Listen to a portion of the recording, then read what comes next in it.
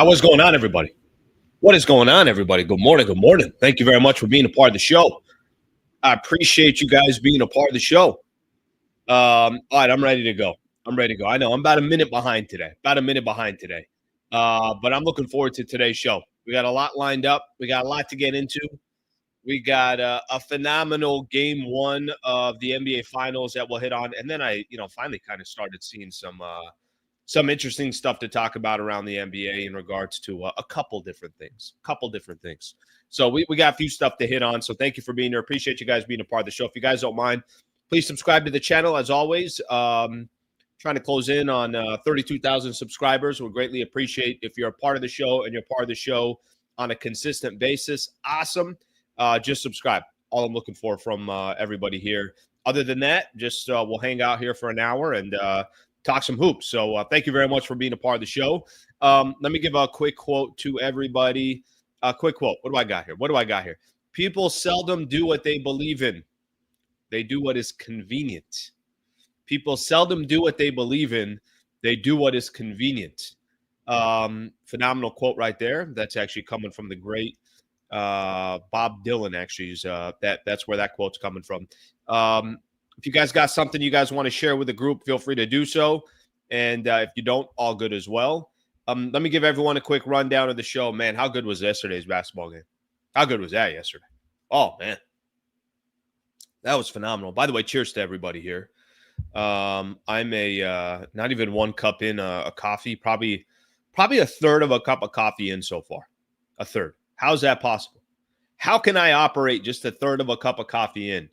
I'll make it happen. There's enough good stuff out there for me to get into, so I'm not too concerned about that. Okay, so a couple things here this morning. Just kind of right out the gate, let me give everyone a quick idea. Let me give everyone a quick idea what we got going on for the show today. I do have a guest today. At least that's the plan right now. We'll see if all the pieces kind of align. Pacers still game one. How the hell Pacers still game one?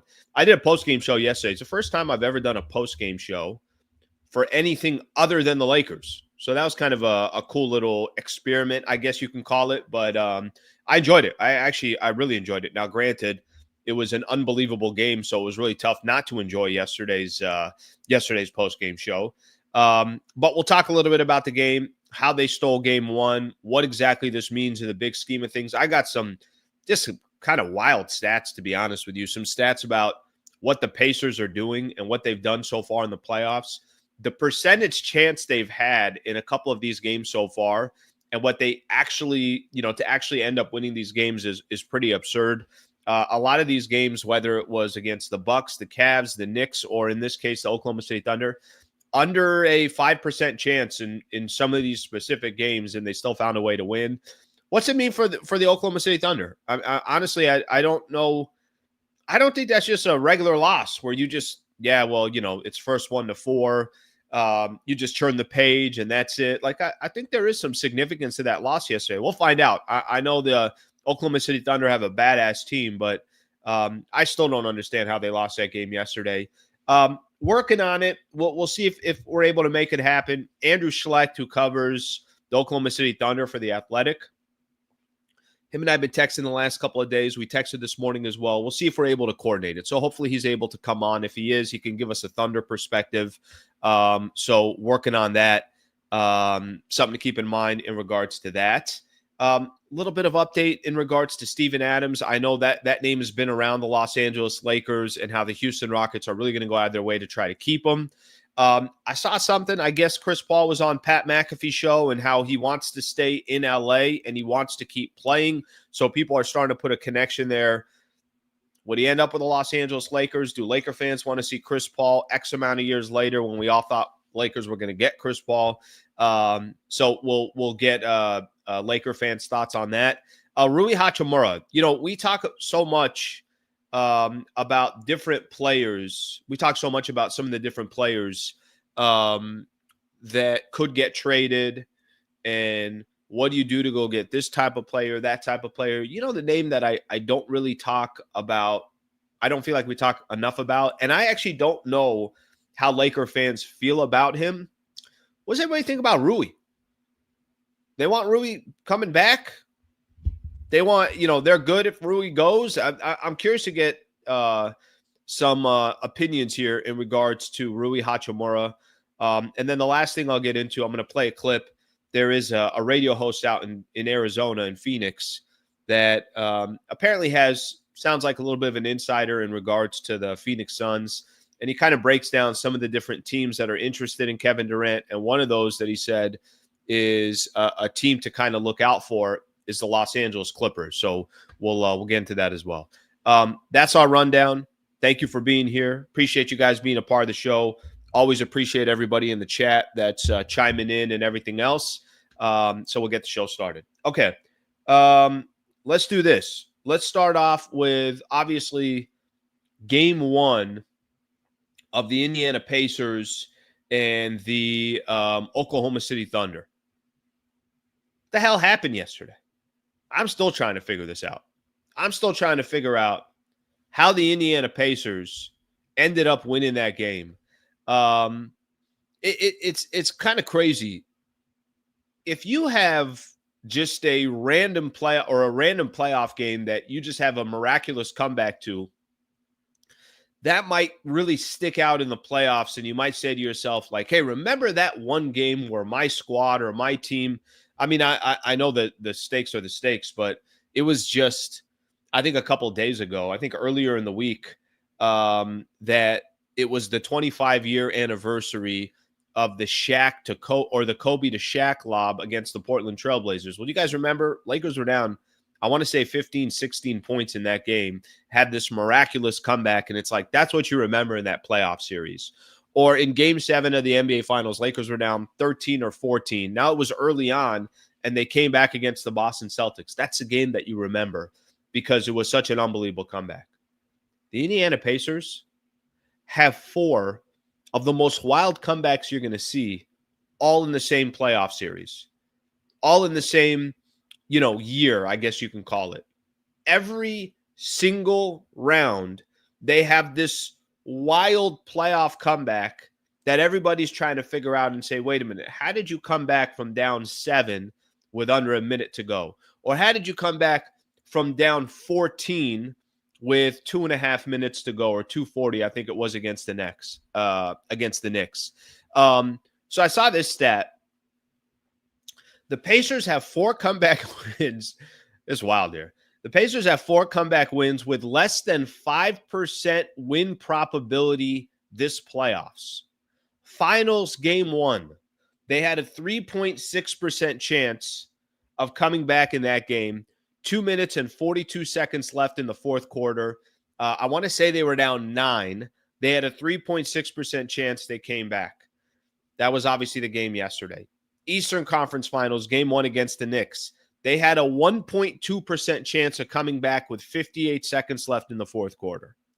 Against the Cleveland Cavaliers, in game 2, they had a 4.1% chance of winning that game with 57 seconds left in the fourth quarter. And then in round 1 of game 5, when they eliminated the Milwaukee Bucks, they had a 2.1% chance of coming back in that game with 39 seconds left in that game as well.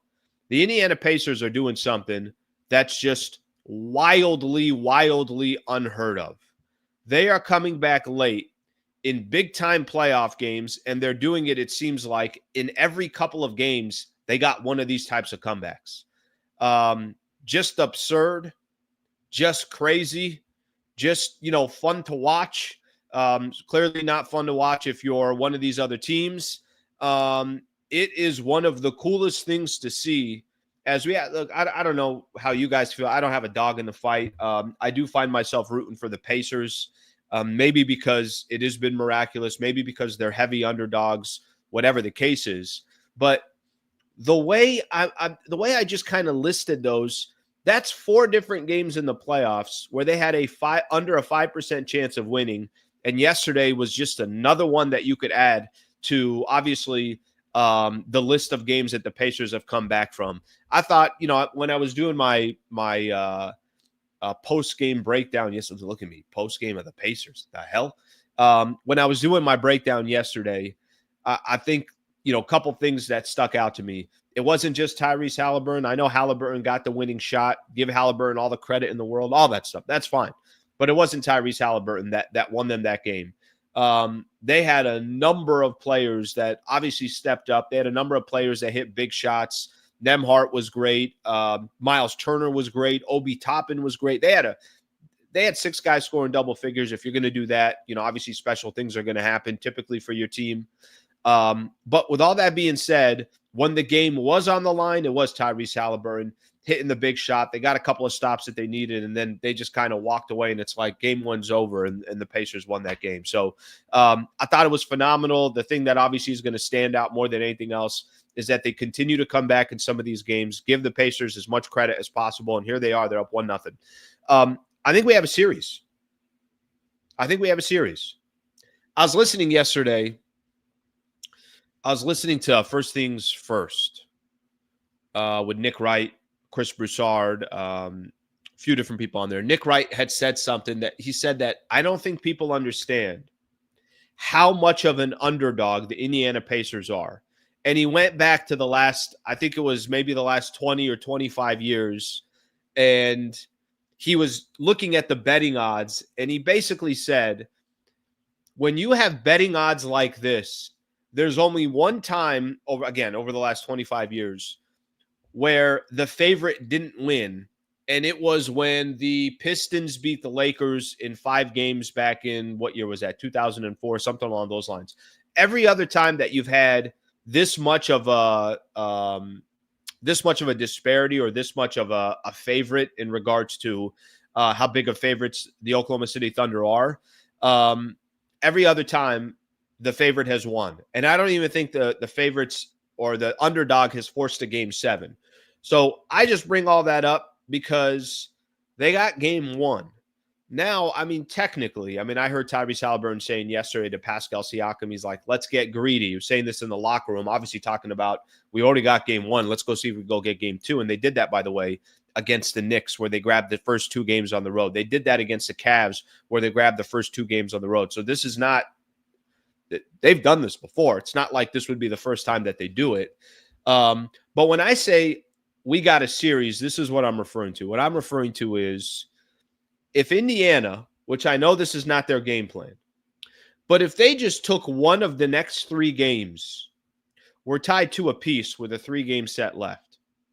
When you get game 1, I know your goal is not, well, let's just win one of the next 3 games. I know that's not the goal, but they have positioned themselves to really, really make this a series. And the longer a series goes, you never know what can happen. The more confidence a team will get. Maybe the more nervous another team will get. We'll use the Oklahoma City Thunder as an example there. We got ourselves a series. I remember somebody telling me this is a bad example because the Lakers and the Minnesota Timberwolves, whatever you thought coming into that series, I thought the Lakers were going to win that series in 6 games. A lot of people thought Lakers would win in 5, whatever the case is. But I remember I was doing a pregame show, and I was at the arena, and someone right before the pregame show ended asked me a question. They said, Al, what happens if Minnesota takes game 1? And I was like, wow, I never really gave that much thought. I said, if Minnesota takes game 1, then we got ourselves a series. Well, Minnesota took game 1, and unfortunately, we didn't have a series because the Minnesota Timberwolves obviously took care of the Lakers in just 5 games. But last night, I remembered that. I'm like, Indiana just took game 1. I think we got ourselves a series. Okay, I'll take a look at a couple of the comments here, and then I want to look at things from a Oklahoma City Thunder perspective, and we could go on from there. Okay, so I think we will be getting the guest on here shortly. Again, that will be Andrew Schlecht, who covers the Oklahoma City Thunder for The Athletic. So as soon as he comes on, I'll get him up in the queue here, and then we can get started.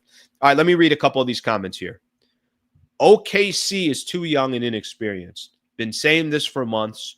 Only player with conference finals experience was Caruso on the bench. Next year, OKC can win, but this isn't their year. Okay? It's a fair argument.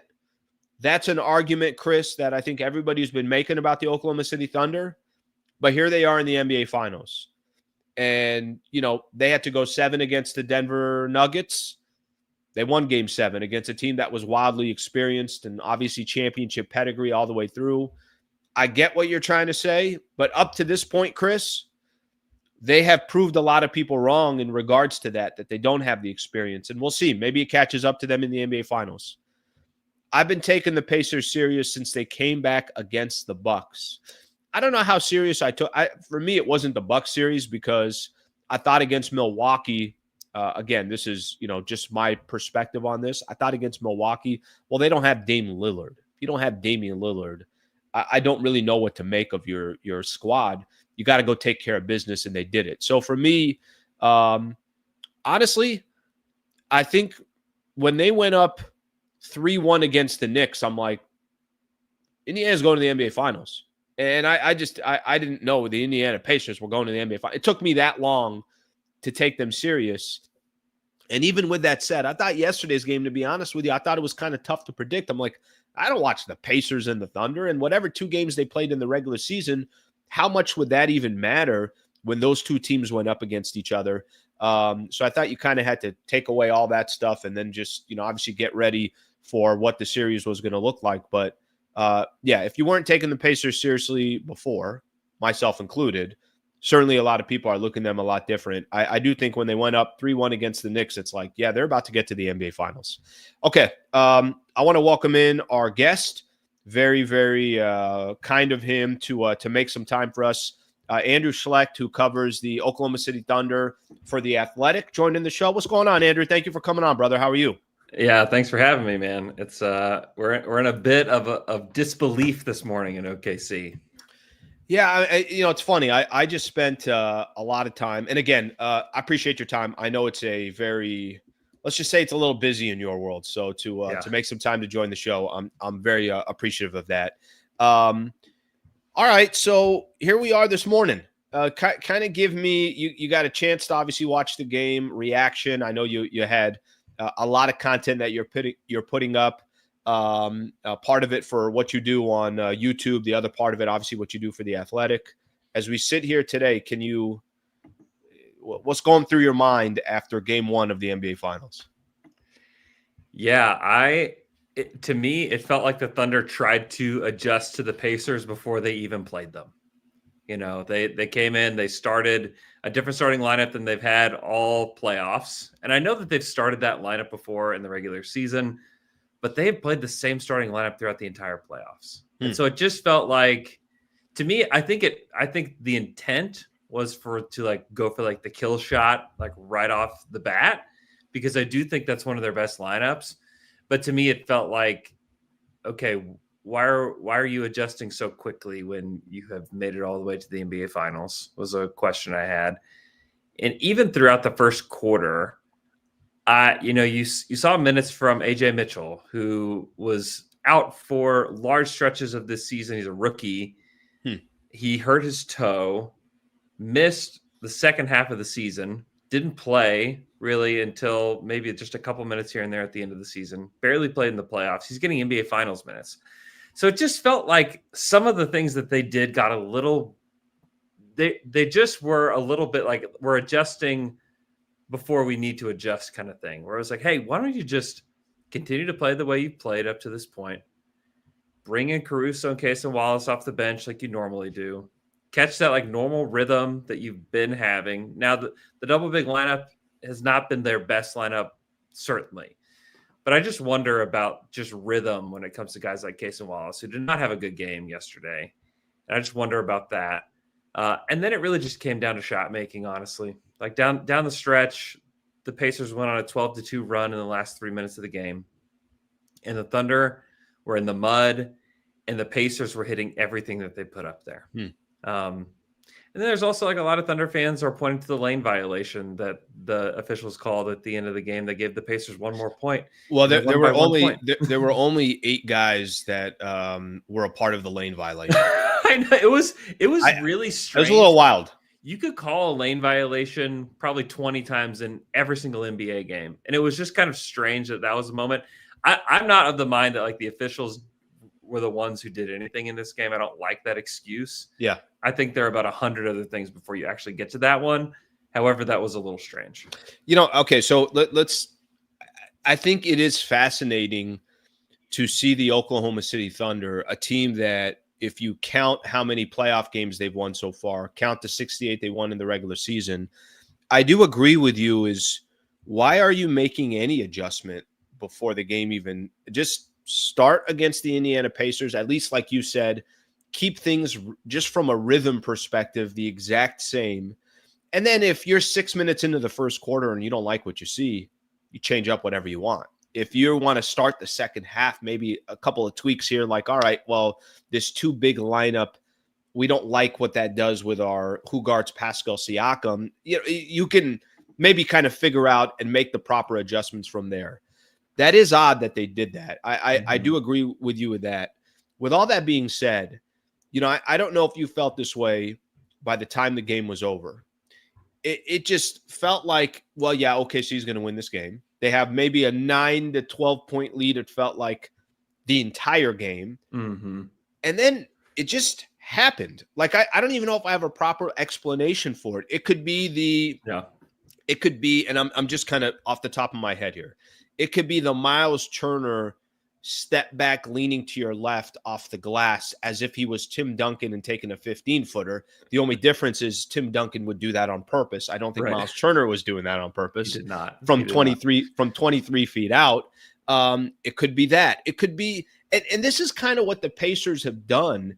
It's the Mathurin, the Obi Toppin. It's like just this barrage of shots that it's like, yeah, that's not going to go in, and it goes in. And the next thing you know, it's like, is this a 1-point game? And it just again, it still, Shea had an opportunity to take it up to 3. It didn't happen. I think it's just such this like shell shock of what the hell happened, and that's kind of been the Indiana Pacers all playoffs. Yeah, there's no question. It felt like they were kind of like sucked into the Pacers vortex for the last 2 minutes and 52 seconds, where it was like, hey, this is great. You guys have had your time, but now like we're going to do this like Twilight Zone. Like everything is going our way. Nothing is going your way. And there's going to be no real explanation for it. I mean, Andrew Nembhard had that like cooking with the ball, dancing step back on Shea that went in, that you were just like, who is this guy? Like, was that the shot of the game? And I know that the Halliburton shot was obviously the one to win it, but like that was sure. Like, is this guy going to get a max contract? Like what's happening here with Andrew Nembhard? I mean, that was quite a shot. And then the fact that, and I'm still a little bit bewildered that the Thunder went as small as they did. Like get one big out there. The Pacers could do nothing off of screens by Isaiah Hartenstein. And so it's just like, why don't you get a good screener out there? Because they literally had the smallest guy in their team setting a screen for Shea for that last shot. He set this double screen where he screened Nembhard. He screened Nesmith. Shea got to his spot. You know what both those guys did? They did not care that Cason Wallace was setting the screen. If you had a guy rolling to the hoop, if you had a guy that you cared about picking and popping, if it was Chet, popping out to 3 and Shea threw the ball to Chet. Now, maybe Shea just wasn't going to pass. Maybe that was just going to be the reality of that particular possession. That could be true. But I just wonder if that's Chet, or even if they had J-Dub setting the screen in that spot, or just somebody a little bit bigger. And I know they love to do guard-to-guard screening. That's been a thing of theirs for a long time. But I just wonder about that particular play. And also, you think about like the offensive rebounds. Like the Pacers are not a team that beats anybody on the offensive glass. Mm-hmm. Haven't done it, I think, since January. I think this is the first time since January that they have beat a team on the offensive glass. They beat them 13-10. They killed the Thunder on the boards, which has not been the Thunder this season. That was the Thunder last year for sure. But they beat them 56-39 on the boards. Like that's another way that they beat OKC, is that they rebounded well, they scored when they needed to. Really, honestly, you look at this one, like Obi Toppin kept them in this game too. Mm-hmm. Obi, every time the ball hit Obi's hands, he was making a shot. He's 5 of 8 from 3, and he just allowed them to hang around. When the game should have been 15 or 18, it was 12 or 9. Mm-hmm. You know, the Thunder could never get like the separation because you look at like the turnover disparity, you look at the shot disparity, and you think, okay, the Thunder should be up by more. You get to halftime, they turned it over 19 times, and they're up 12. And there were people that I talked to that were like, uh-oh, this should be a 30-point game right now. This should not be a 12-point game. Pacers are hanging around. And I think the Pacers are better than the Thunder at one thing. And I think that it's clutch time execution. And they're probably better than everybody. We've seen it throughout the playoffs. They have had magical moments throughout the playoffs, and they just somehow work. And it's not that like, I don't, maybe execution is the wrong word. Maybe it's clutch time shot making is their best thing, because a lot of it is not even execution. It's just like scramble. Oh my gosh, what's happening? There's chaos. You know, the ball bounces 30 feet in the air and still goes in. You know, I don't think that, you know, Tyrese necessarily had like a great footing on that shot last night. Like he was kind of leaning. It wasn't, It was contested. It wasn't like some like planned out execution. It was just when chaos ensues, like the Pacers are going to be there. And so that's certainly happened last night. Yeah. I like what you said too about the rebounding, because Siakam had a couple huge rebounds, offensive rebounds. And is that happening if they're playing a big lineup? Probably not. I'm curious, you know, the Thunder haven't been, I heard yesterday in the post game, a couple people asking about the comp. They're trying to use the Denver comp, losing against the Nuggets in, it was game 1, right? Game 1 is what they lost. And it was kind of the Thunder were up the entire time. And then next thing you know, it's like, how the hell did they lose this game? So maybe some similarities there. What do you make of, you're going to know the pedigree of the Oklahoma City Thunder better than anybody else. Did last night's loss, is this a wake-up call? Is there real concern from the Thunder? Is it, wow, this is a series? Like, what? Just kind of based off of knowing how young this is, a couple things that we always associate with the Thunder, that they're wildly experienced or they're wildly talented. They're how great their defense is, and then there's always that, but they're also really young and inexperienced. Yeah. How do you think the Thunder respond from the loss yesterday? Yeah, they haven't lost consecutive games in the playoffs. And so I do think it's like in their DNA to bounce back. You know, they will watch film, they'll make adjustments. They will play better than they did, you know, last night on Sunday. But there's also the fact like this is a completely different stage. You know, like the finals are just different. From the fan experience is different. The media experience is certainly different. I mean, there's like quadruple the amount of media here in OKC right now. They had to open up several different spots. They opened up a section in 300s just for media. I mean, it is a zoo. And so you want to say like, I think they'll bounce back. This is a different stage. And so I just wonder about that. But if I were to contextualize it just from what I know about this team, they'll bounce back. I think they'll be ready to play on Sunday. I think they'll make some necessary adjustments. I think that they looked like the better team for a majority of that game, and they led all but 0.3 seconds of that game yesterday. Unheard of. And so I don't think like you can have your head down too much. You need to like respond you need to respond in the right way, and feeling the frustration and feeling down about it is probably the right response. But I think that they need to find ways to get advantages, because they have a lot more flexibility with their roster than the Pacers do. And they didn't show that in the game. I thought that the way that they tried to adjust, like almost like pre-adjust to the Pacers, wasn't great. And so I just think that maybe they overthought it a little bit, is kind of how it felt throughout the game. I know this is wild overreaction, but I remember, yesterday I was doing a show right after the game, and again, wild overreaction. But when you look at the Thunder and you see what they've accomplished so far and the position that they're in and the amount of draft assets, that, hypothetically speaking, if the Thunder didn't win the NBA Finals this year, does the front office, I don't know if overreact is the right word, but do they start, hey, we got to go get this player, or we have so many of these assets, and who knows in today's NBA how long your window can be. let's go make a run at Giannis, things like. Do you just, if they did not win the NBA Finals, is the, hey, we do it our way and we're just going to kind of continue this moving forward every single year? I still think it's a great accomplishment if they got to the NBA Finals. The only problem is they're just such heavy favorites and everybody's expecting them to win the NBA Finals. Is there an overreaction, you think, to the front office if they don't win it this year? I really don't think so. I think that they will behave the same whether they win or lose the finals. I think that they will sign the extensions for Shea, J-Dub, and Chet. I think that they will draft somebody at 15. I think that they will either draft somebody at 24 or look to move that pick. And their roster is pretty much set. They'll have some decisions to make about guys like Ousmane Dieng and Jalen Jones, in my opinion. I think those are the two guys that make the most sense to move on from in order to bring in new players.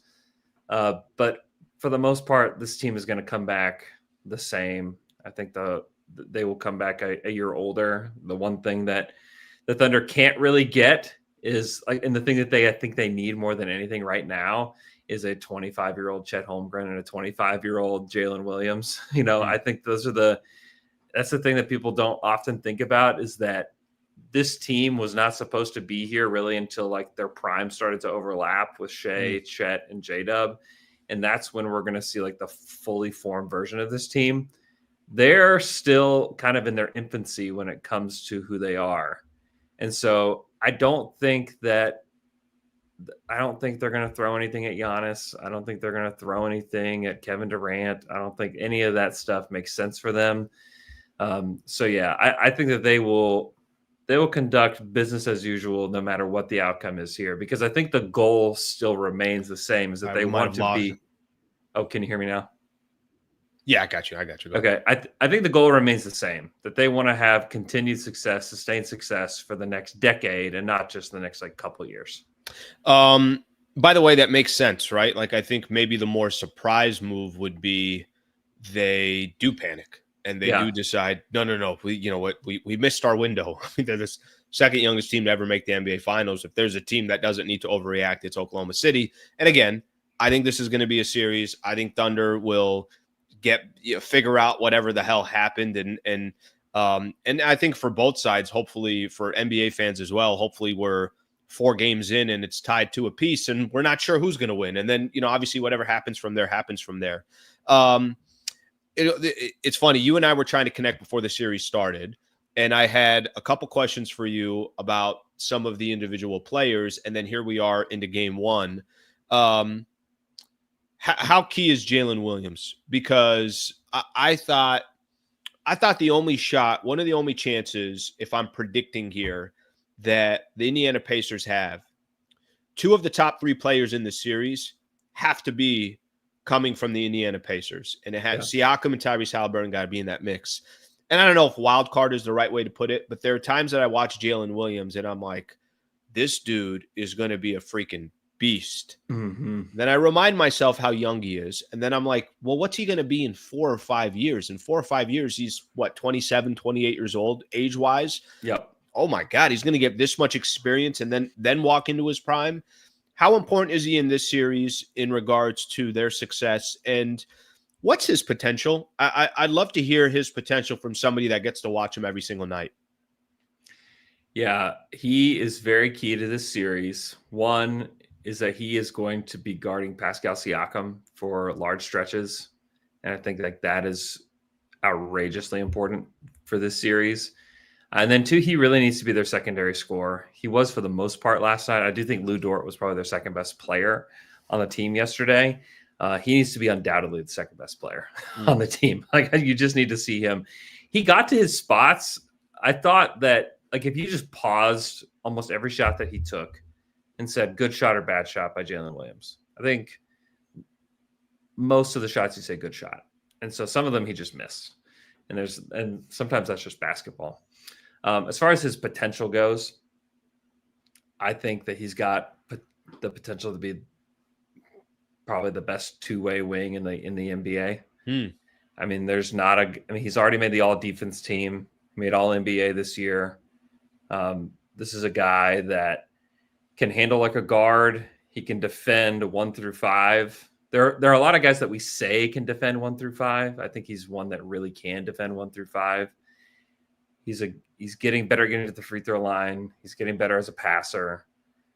I think that a lot of people like to make the Jordan comparison for Shea. I think that you can make the Scotty comparison for J-Dub. I think like that's the kind of player that we're looking at. He's way ahead of schedule. Part of the reason that he's so skilled is that he grew up playing guard. I mean, he was a point guard all throughout his childhood, all through high school. He was recruited to play point guard at Santa Clara. He was like 6'2", I think, or 6'1" whenever he was recruited by Santa Clara, grew to 6'6", basically overnight, and then continued to play point guard for them. And so once he got to the Thunder, it was the first time he ever played forward ever was when he played for the Thunder in Summer League. And then they have played him at center at times. They did last night. They did during the regular season, some of it by necessity. Some of it was their choice. But yeah, I think that he has crazy high potential. He's got a high motor. He wants to be great. And I think that if he sticks around here for the long term, and I see no reason why he shouldn't, I think he'll be like thought of as like one of those running mates, like one of the best number 2s that we've seen.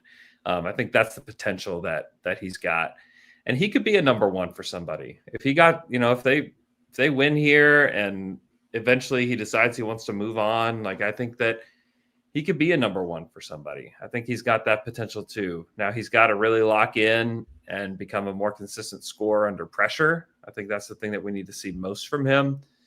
But sky's the limit for this guy. I'm not sure that there's like one thing that I would say he can't do at this point in his career. And he's gotten better throughout the playoffs. He's gotten better throughout these 3 seasons he's been in OKC. And he definitely has the will to win. So it's been fun to kind of see him evolve here. Yeah, I'm still waiting for my growth spurt too over the summer. May happen this summer. Right? I'm not 100%. I have faith. I got a lot of faith in the man upstairs to make that happen. It's funny. I'll say that the Jalen Williams thing, watching them in the playoffs, there are times where I'm like, oh my God, this dude's going to be, is he 23 or 24? He just turned 24 in April. I'm watching him and I'm like, yeah, you shouldn't be doing that at age 23. Yeah. And then there are other times like yesterday where, honestly, he looked 23, right? Yeah. Or 24, whatever the case is, that's okay. Like that's part of that process of maturing when you're on the court and obviously figuring things out as you go. But the moments where I'm like, oh my God, this dude's going to be a beast. It's big moments. It's hitting big shots. It's not afraid of the moment. And I'm like, looking around, saying to myself, I'd love to get somebody's opinion who's seeing him every single night. So those are obviously high praise for him. Final one I got for you. And again, I appreciate the time. It's 1-0 Indiana right now. Kind of give me what you think happens in game 2 and not necessarily a prediction, but how you think the Thunder make this a series the rest of the way and kind of make their adjustments. Yeah, I think they'll bounce back in a big way. When they've been beaten in kind of embarrassing fashion, it's safe to say this was pretty embarrassing for them on the biggest stage with everybody watching. They've bounced back in a big way. Like I said, they haven't lost consecutive games in the playoffs so far and only did that a couple times in the regular season. So I expect it's kind of in their DNA to bounce back. And so I see them bouncing back in a big way, taking this back to Indy 2-2. And like the most likely scenario in my head now is like they win it in 6, that they split in Indy, win game 5, go back and win game 6. And so I think like that to me makes the most sense. Now we need to see it. We need to see what adjustments they make. Do they go double big at all? Can they win the battle on the boards? Because I do think like if they can continue to play the way they have defensively, which they turned them over a ton, and then you can get, handle the boards a little bit better than you did, I think that they can pretty easily win, a lot of these games. But credit to Indy, credit to Rick Carlisle, credit to them as a team. Like they did something that I don't many people would have predicted in game 1. And so The Pacers have turned this series on its head, and now it's the Thunder's job to turn it around. So, yeah, I think they'll bounce back in a big way in Game 2, and then I think we're in for a series. That's all you can ask for. I mean, I've been one defending the two teams that are in it. A lot of my content is, obviously around the Lakers, but I'm an NBA fan, and I'm to kind of see the way Game 1 played out. It was phenomenal because I think for a lot of people out there that don't want to see it because it's not big markets, this, that. All right, that's up to you. If you're seeing good basketball, you're watching good basketball, and I love what you just said there, then I think we're in for a series. So I appreciate the time and the insight, brother. Thank you for joining the show. Yeah, thanks for having me. All right, that's Andrew Schlecht right there. Good stuff, Andrew. Good stuff. All right, that's I like a few things here, and it's tough to talk about the Thunder and the future of the Thunder when you're in the middle of the NBA Finals. But I think what he said made a lot of sense in regards to win or lose, they're not going to overreact. Like, they have a way of doing things, and I don't think you're going to get Sam Presti and the Oklahoma City Thunder to do something that takes away from how they got to this point. It's easy to forget, and maybe this is the opportunity that the Pacers have, right? Maybe this is the opportunity that the rest of the league has. Jalen Williams just turned 24. Chet, I don't, what's Chet? 23, 24 years old. By the way, both of them were not good yesterday. Shea is the MVP, and he's obviously not even in his prime yet. It's fascinating to see what Oklahoma City is, but it's just as fascinating to see Indiana steal Game 1 yesterday. And, obviously our reaction from there. So good stuff. I really wanted a Thunder person on. Andrew is perfect, covers them for The Athletic. Now I got to go get a Pacer guy on, so I'll work on that. I sent a couple emails out. There's only so much I could do here. Come on, Pacers. Can I get a Pacer representative on here? All right, we'll work on that. All right, let me look at a couple of the comments here. And after that, let me see what I'm going to do here.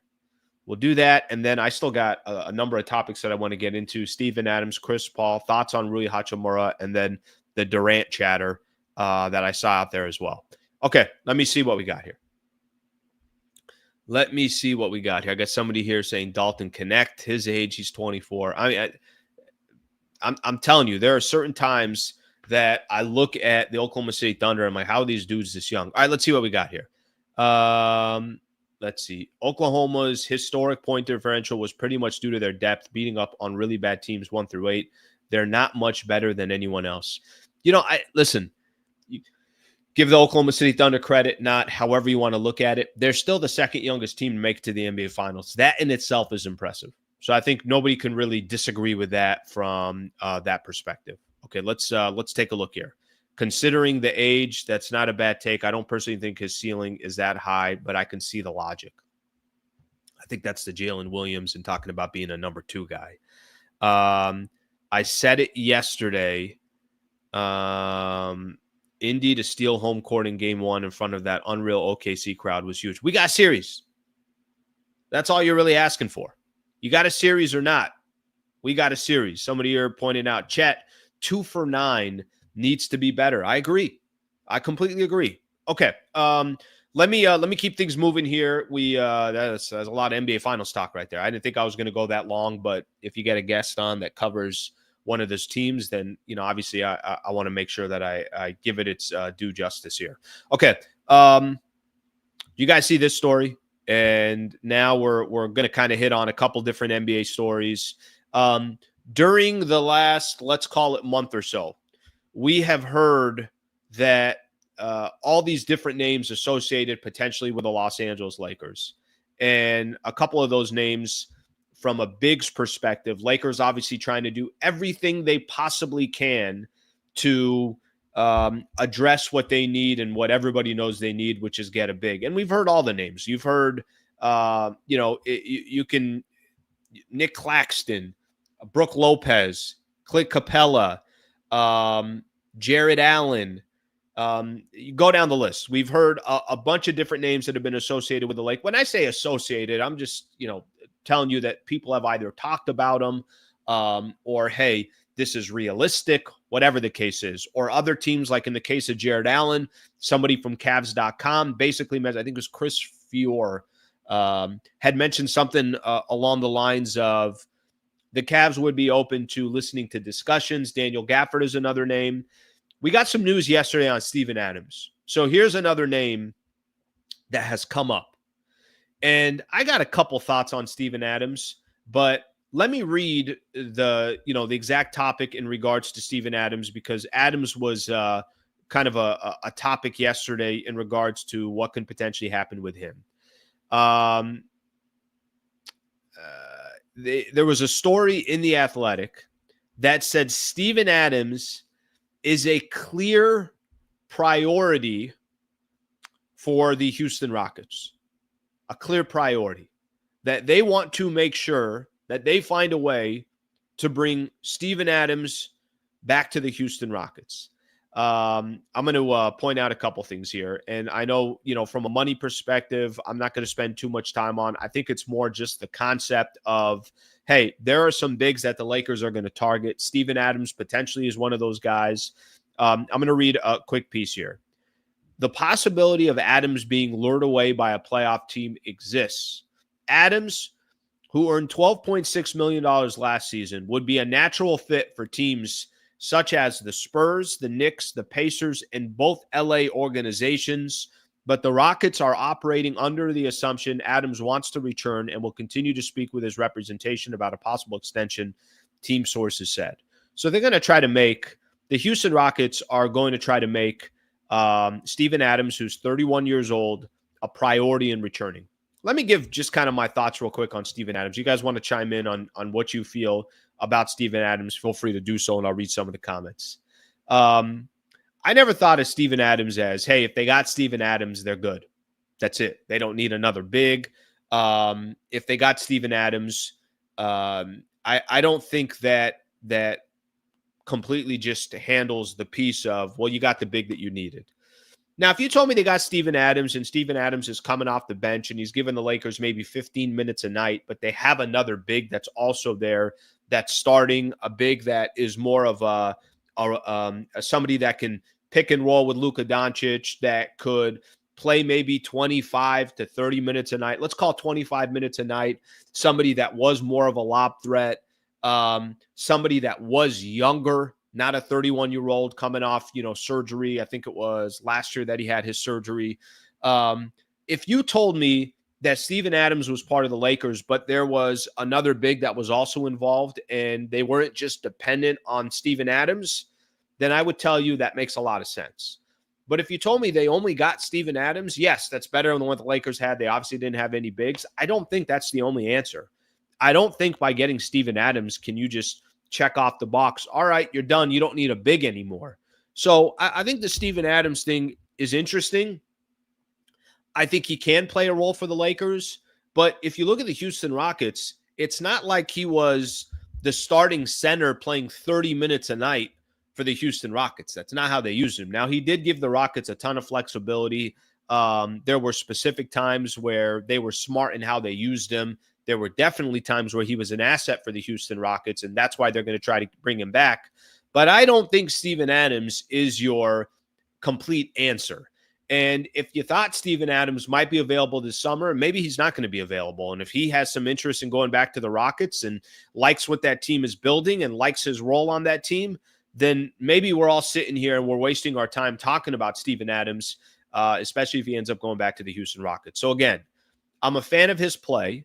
I like what Steven Adams brings to the table. I do think he can be an asset to the Lakers, but I don't think he's giving you 25 minutes a night. And I don't think he's all of a sudden that perfect player to play with Luka Doncic. They need a player like Steven Adams. I don't think Steven Adams is the solution to all the Lakers' problems when it comes from a big perspective. All right, let me read some of the comments here. Again, he's an asset. I do think he can help. I just don't think he is the answer to the Lakers, and then we don't have to worry about it big anymore. I don't think that's going to be the case. Okay, let me. I know some people are putting in some comments here, so let's take a look. Let's take a real quick look here.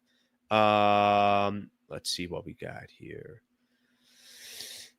Lakers can't build a championship roster in one offseason. They can't build a championship roster in one offseason. Well, I would argue this then. If you can't, you don't need to build a championship roster, but you got to try to build a contender. You got to just be in the mix. Because here's the reality. If they're not able to do it this summer, well, next summer, maybe LeBron is no longer a part of the Lakers. So now you're making additional changes that are seismic changes. These aren't small changes. If LeBron's no longer a Laker, that's a big change to the organization and the roster and everything else. So you're kind of kicking the can a little bit further down the road. And by the way, I'm okay with that. Like structurally, it doesn't have to happen overnight. And when you trade Anthony Davis and you trade Max Christie and you completely go with a different team philosophy and you just acquire a 25-year-old, now 26-year-old, of course, it's not going to happen overnight. Okay, let me get a few of these in here that are specific about Steven Adams. Steven Adams is a backup center, would be awesome. Okay? Could be Rockets playing keep away from the Lakers, even if they don't pay him or play him, is what you're saying. And not just from the Lakers. Remember, there was a list of teams there that would be interested in Steven Adams. Ray says Adams would sure help with the rebounding. No question about that. Claxton probably will be a Laker. This is coming from Christian. Steven Adams plays like he's older than 31. Steven Adams is mid. We should be looking at Melton and Herb Jones. Let's see what else we got here. If there is more than one team interested in Steven Adams, we can't afford him. Okay. So I think people are, obviously giving their opinions and their thoughts here on Steven Adams. I'll say it again. If the Lakers got Steven Adams, I'd be like, awesome, great. Lakers can use him. Rebounding, size, a defensive presence in the middle. Awesome. Who's the other big that you're going to get? Because I don't think that's going to be enough. And, I think it's a good point somebody made here that he is 31. I thought he was older than 31. Let's put it that way. So it's not like he's super young as well. And you got this guy high energy playing 25 to 30 minutes a game. I just don't think you're going to get that with Steven Adams. James got a good point here. Not go get Mark Williams, but Mark Williams would have been a player that you're like, okay, right age, lob threat, pick and roll guy, can play defense, can block shots. Kind of, it fit that mold of what the Lakers needed, and we obviously all know that trade didn't go down. All right. There's another topic here that I wanted to get into in regards to Chris Paul. So I don't know if you guys saw this. I'm just going to read this story, and I saw it this morning, so I was prepping, obviously. Let's see, which one is this? Let me find the Chris Paul one here. Do I got the right thing here? Let me find the Chris Paul one here real quick, because I think, for Laker fans, when I say Chris Paul, a couple things come up. The trade that never happened, number one. Number two, just his time with the Los Angeles Clippers. I think a lot of Laker fans grew hatred, sports hatred towards Chris Paul. And then when I mention him now, you're like, what are you talking about? Chris Paul is how old? Well, let me kind of give a little bit of a backstory here. Chris Paul was on the Pat McAfee show yesterday. He was asked about his future. And he didn't mention the Lakers specifically, but I'm going to read the quote here, and a lot of people are just assuming he's talking about the Lakers. So let me give kind of a quick little thread on this here. He said, I talked to my family about it, again, talking about his future. My son just turned 16. My daughter's 12. The past 6 seasons, I've lived without them. So I go to San Antonio, Phoenix, Golden State, OKC. I've been around a few teams, but I've been away from them the past 6 years, so it's a little bit different. He lives in LA. He's raising his family in Los Angeles. So I think when he's asked about his future, you could look at this in a couple different ways. You can look at it as, is he leaning more towards, I'm done, I'm not going to be playing anymore? Or is he leaning more towards, I want to play, but I want to play in Los Angeles?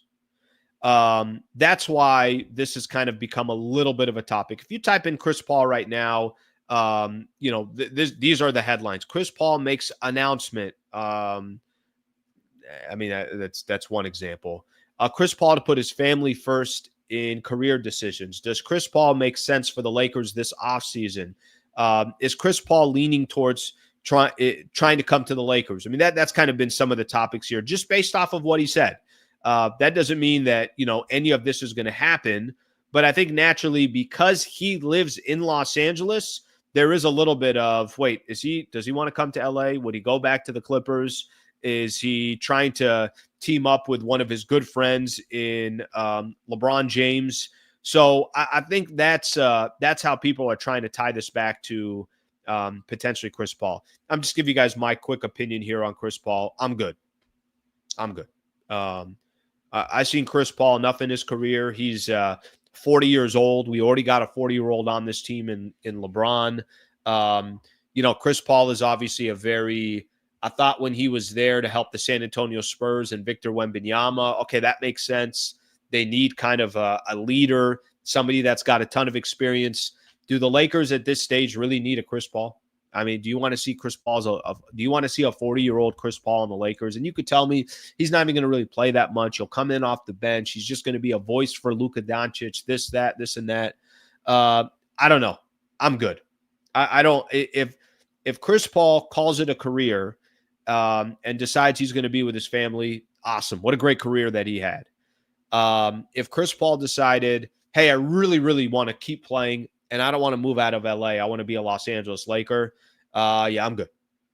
I think the Lakers are so much better off at this stage. Turning the page on have-beens in the league, guys that have been in the league for a long time, obviously all-stars, heavy personalities. I think start building this team specifically with Luka in mind, and that's it. And that's no disrespect to LeBron. That's no disrespect to anybody else on the team, but it is Luka's team and it is Luka's chapter. So the last thing you're trying to do is, well, let's bring in Chris Paul because he's LeBron's buddy, or let's bring in Chris Paul because let's have another voice in the locker room. I think they're good on all that stuff. I don't think they need another voice. I don't think they need another a vet that's 40 years old.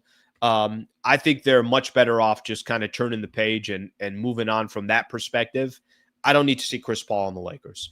We'll get a couple of the couple comments here, and then we'll go from there. Let's see. Chris Paul can be a player coach. Okay. It's a vet minimum or no thank you. But even that, I mean, do you want Chris Paul? Like, okay, by the way, let's look at a couple of these. Maybe some people like it. Okay, CP3, yes. CP3 is a good vet to have. Okay. CP could teach AR stuff. CP on the bench. CP3 is washed. But I will tell you, there's more people on here that are saying they like the idea of CP3 than, at least from my perspective. There's definitely more on there that are saying yes. Chris Paul wouldn't be terrible as a backup. He put up good numbers last year and could run the offense. All right. Well, people maybe are surprising me a little bit here. A couple other people, Chris Paul is not the answer. No Chris Paul. Time to get a big for Luka. CP could teach Luka some stuff too. Okay, maybe a little bit split. Maybe a little bit more split than I thought. I actually thought more people would kind of lean towards me. It's like, Al, are you really talking about Chris Paul? Maybe there's more people that fall on the lines of Chris Paul can still have some value in the league or have some value with the Lakers as a mentor or whatever the case is. For me personally, I think I would rather see some different players. You want a backup point guard? Give me a young backup point guard that can hang with some of these teams like the Oklahoma City Thunder and the Indiana Pacers that we're watching in the finals. Give me somebody that, I think give me somebody that is more a part of the future and not part of the past. So that's how I specifically look at Chris Paul. I think I've definitely turned that page from my perspective, but it also kind of sounds like there's some people on here that think differently. I think Chris Paul would be a great mentor for Bronny. He's a true point guard. Does Bronny need a mentor other than LeBron? CP3, ironically, could play a similar role to Rondo. Rondo was a lot younger. Rondo was a lot younger when that was going on. So something to keep in mind. I don't think Rondo was anywhere near 40 at that time. Maybe he was. Maybe he was like 36, 37, something along those lines. Okay, a couple other things that I'm going to get into here. How do we do this? I'm going to hold the Rui conversation. I don't want to do the Rui conversation because I think I'm going to rush through it. We're already kind of over an hour now. I'm going to hold Rui to Monday. Monday we'll spend a little bit more time, and that way I could kind of have a little bit more a longer conversation about Rui Hachimura. I don't want to kind of jump into it and rush it. I'll wait on Rui until Monday. Monday we'll talk a little bit of Rui Hachimura. The last thing that I do want to get into is Durant. And I'm going to play everybody a quick soundbite here. It was coming from a radio show in Phoenix. And I do want to play everybody that soundbite because I do think it's an interesting soundbite. And it mentions the different teams that could essentially be tied to Kevin Durant, and one of those teams being the Clippers. Before I do so, I want to talk about my guy here real quick. I want to talk about the Wallace firm, Brad Wallace and the Wallace firm.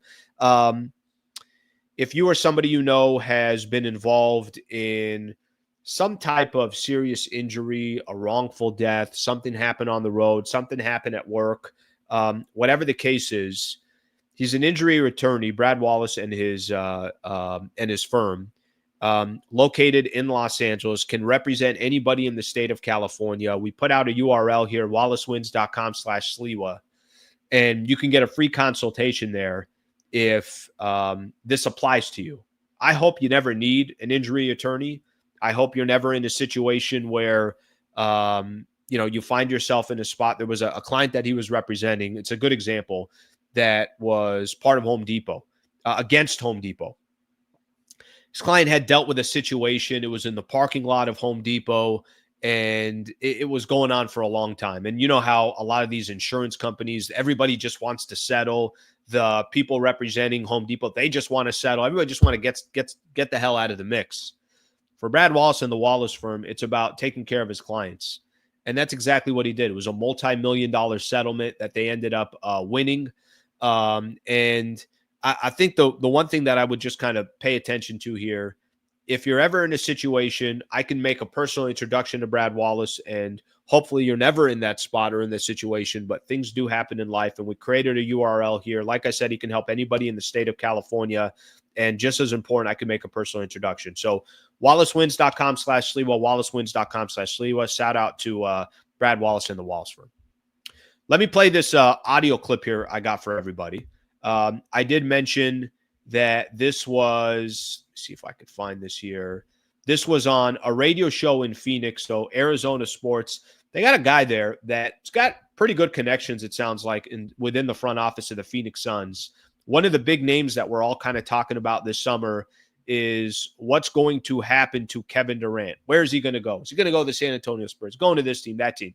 He said there's one dark horse team, and he talks about the Los Angeles Clippers. Take a quick listen. That there's going to be a lot of interest in Kevin Durant. And I've said this all from the get-go. I do think that there is going to be a lot of interest. I have Houston as one of the teams that will be interested. I have today, as of today, I have all of the regular teams that you would want, except for one we've never talked about. Okay, give me the teams. So Spurs, Rockets. Spurs, Rockets, those are the first two teams he mentions. By the way, both teams that would look wildly different if they had Kevin Durant on their team. Timberwolves, okay, Knicks, Heat. Okay. And the one team that I think that there'll be communication. Now, again, this may be the Suns reaching out to them or them reaching out to the Suns or just mutual interest. The one more team I'm going to put in there as a possibility is the Clippers. We've never talked about the Clippers before, but they got Zubac, they got Dunn, they got Powell, they got Derek Jones. I'll have to look at what their draft capital is, but the Clippers are a team That I heard. I have heard that the Suns don't have interest in Karl Anthony Towns. Okay, so he kind of goes on a little bit of a rant there.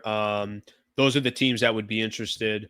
Predominantly all teams in the Western Conference. Think of the Minnesota Timberwolves if they had Kevin Durant. Think of the Houston Rockets if they had Kevin Durant. Think of the San Antonio Spurs. And now you can also kind of paint a little bit of a vision what it would look like if he was with the Clippers. The one thing I will tell you that I think all those teams have in common for the most part, there's some structure with those teams.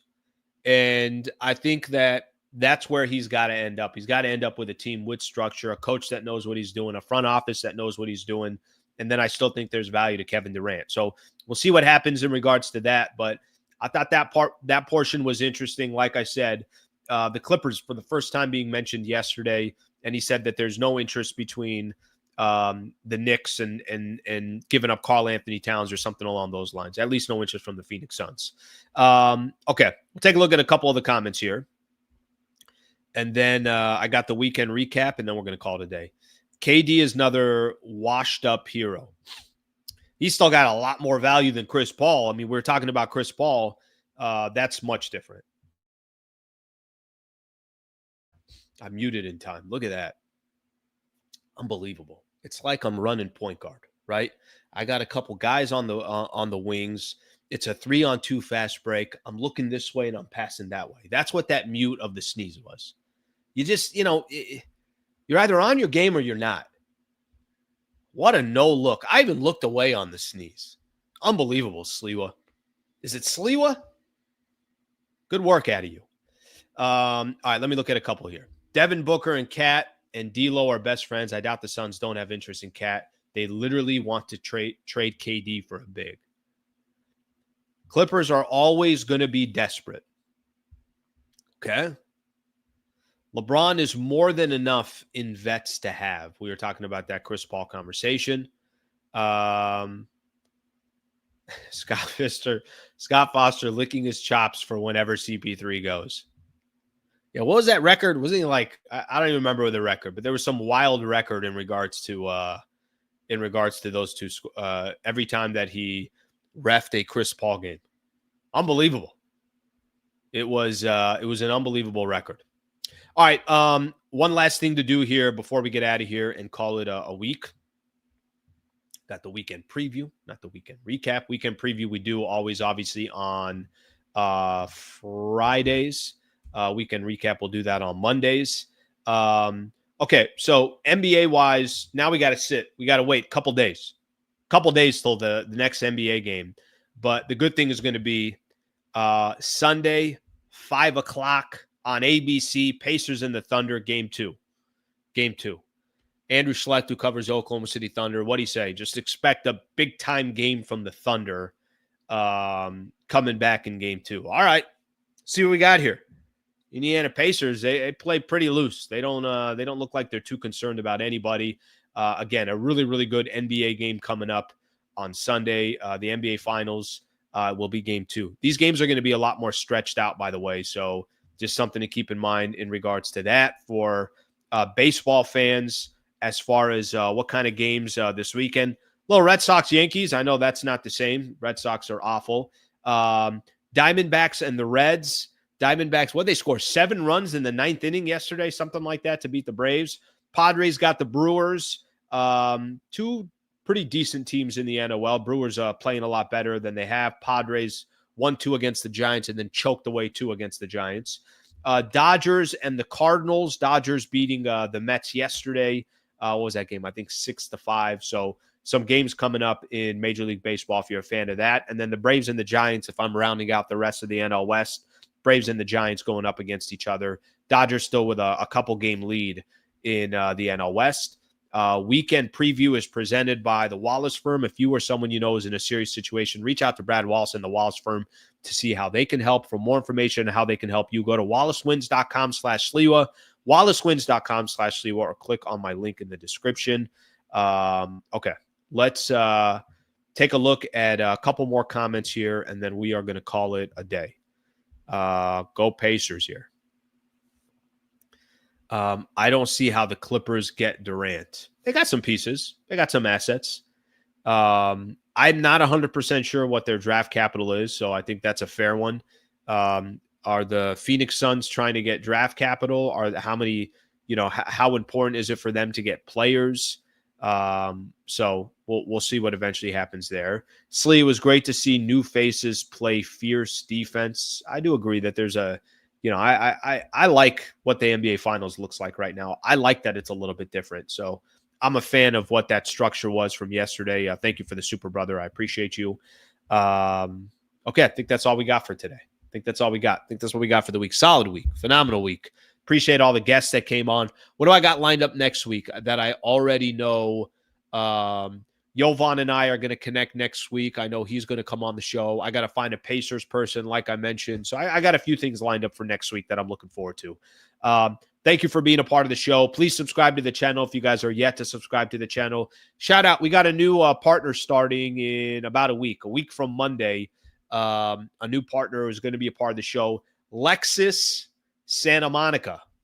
Lexus Santa Monica is going to join the show and is going to join the channel. I'm really looking forward to having them on. Again, another partner that I have a personal relationship with, a long history with. They're going to start in about a week or so. So I'm looking forward to having Lexus Santa Monica a part of the mix as well. Thank you, everybody. Hope you guys have a great rest of your Friday. Hope you enjoy your weekend. Hope you enjoy the NBA Finals. And we'll catch up to you Monday morning at 8 a.m. Thank you, everybody.